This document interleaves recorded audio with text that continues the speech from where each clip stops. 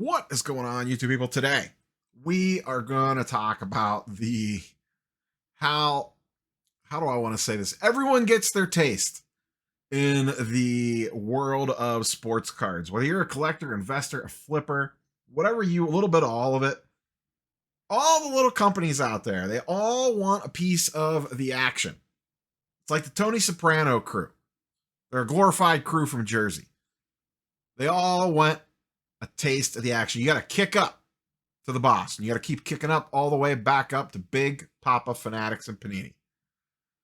I've been having this discussion with a few different people over the last couple of weeks, and I thought it would be interesting to just kind of lay out the, I guess, life cycle of the card and how much little transactional monies it just makes everybody, except for the actual person buying the cards. Let's run through this real quick, kind of see where we're going with this here. All right, up at the top, we got Fanatics and Panini. They make the cards. Okay. They then, in Panini's case, they sell to the distributor. You have GTS, Southern Hobby here. So Panini's making a little change there. Then GTS and Southern Hobby, they sell it to Target or card shops. We got a little Card Collector 2 logo there for the card shops. They're making a little percentage. Fanatics, they'll go direct to the card shop or Target. So they're taking a bigger percentage here. And in some cases, Fanatics will go direct to consumer. That's the Zion case down here. That's the flipper, the collector, the investor, the little bit of all of the above. So the cards get produced here. They make their money. Distribution makes their money. The shop makes their money, or they go direct to consumer, and then all the money just goes up here. All right, simple enough. The collector gets it. They buy their box of cards. They open it up. Maybe it's a blaster box. Maybe it's a hobby box, whatever it is. Let's say most of the cards in the box suck because, let's be honest, that's probably going to be the case. They take their couple $1 to $3, $4, $5 cards. They ship them off to ComC to sell them and just get rid of them because they don't feel like dealing with them. ComC makes their cut. Let's say they hit one nice card. They hit one nice card. And they go, you know what? I'm going to send this thing in for grading. It's a silver prism of somebody or a purple disco swirly fairy dust to somebody. Whatever it is, they're going to send it in to grading. And they go, you know what? I watched that sports card flag football coach guy.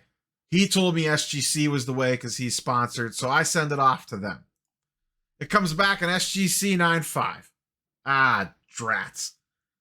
Wasn't a card they super wanted. They didn't really collect it. It's just, you know, they were hoping to make some money off of it.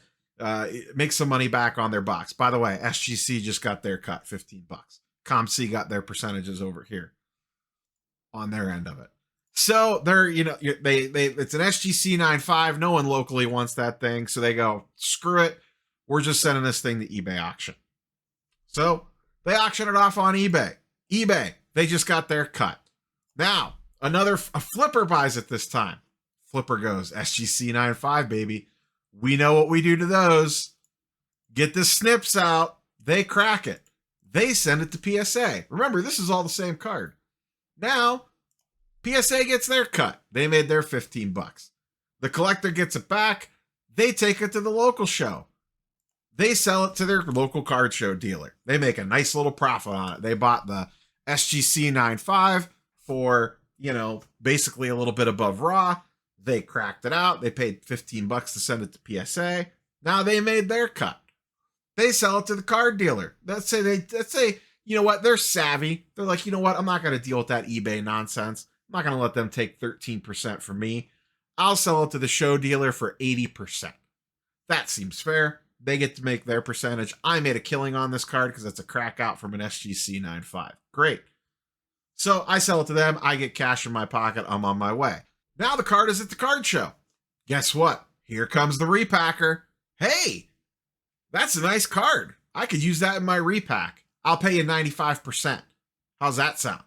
Cool. Dealer just made his cut. Repacker gets it. Guess what the repacker's going to do?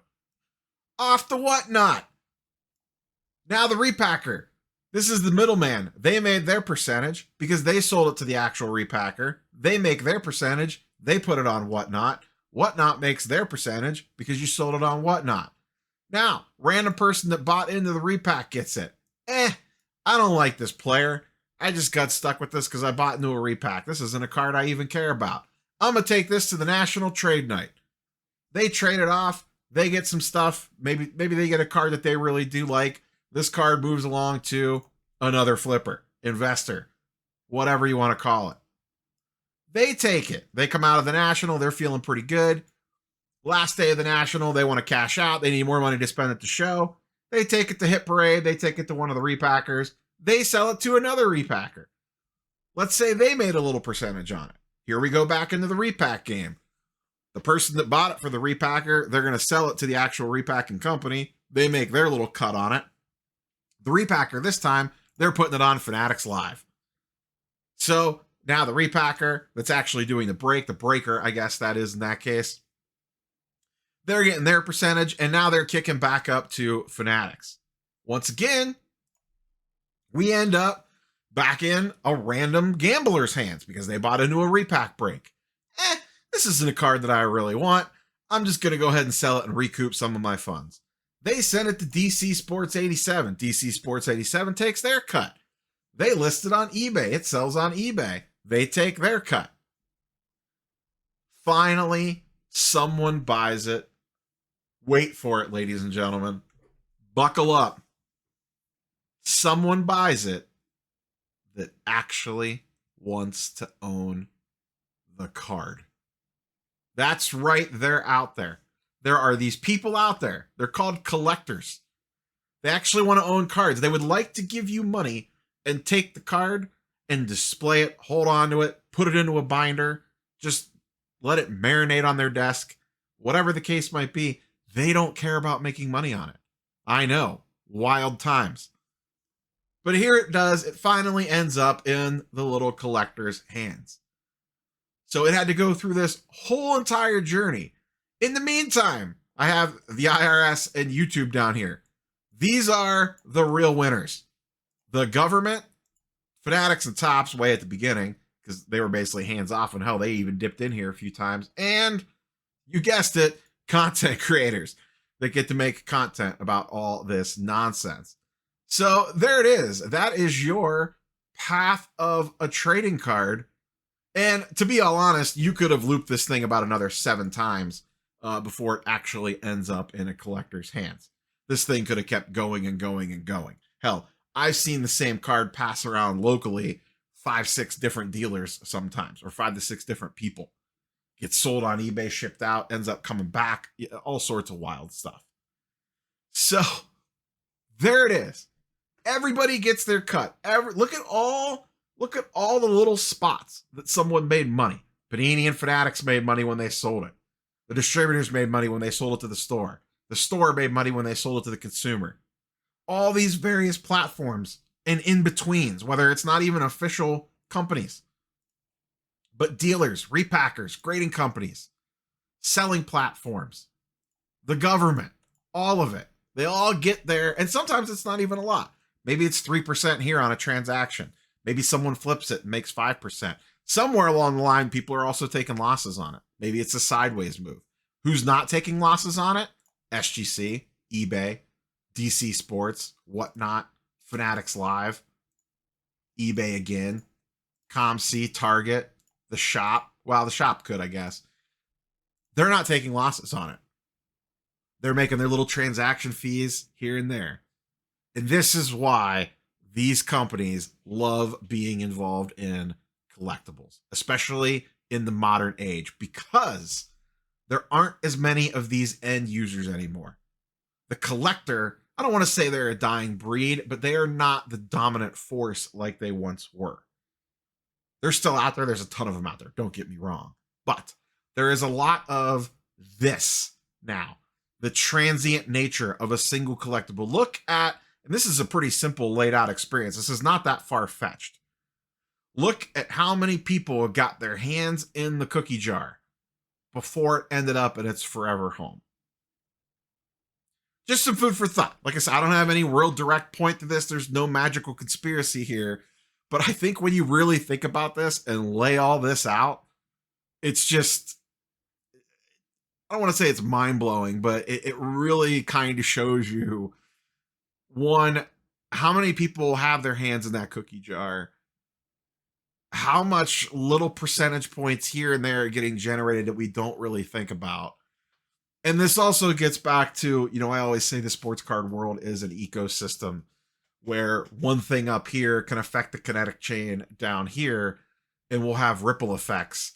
And this kind of shows that. You start cutting things out of here, and all of a sudden the money supply starts drying up. If less people grade, if repackers aren't buying as much, then maybe this doesn't move here, and there's less and less money circulating around. Collectibles, not just the hobby. You could substitute comic books in here, graded video games, Funko Pops, Marvel cards, Pokemon, whatever. Everybody wants their cut. And that's why you're seeing more and more things like the PSA vault. They want to keep all this, all these green arrows, they want to keep in-house, like a little circle.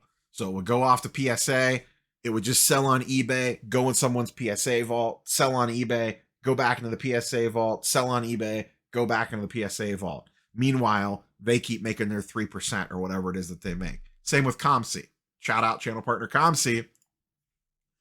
It's in their best advantage, or it's in their best interest for cards to continue to sell on the platform and turn over. Why? Because they only had to process that card once, and then they get to turn it over and over and over again, making microtransactions on it. That's what it is. It's basically a video game with microtransactions. Everyone's sucking their little percentage points out. As always, curious for your thoughts down below.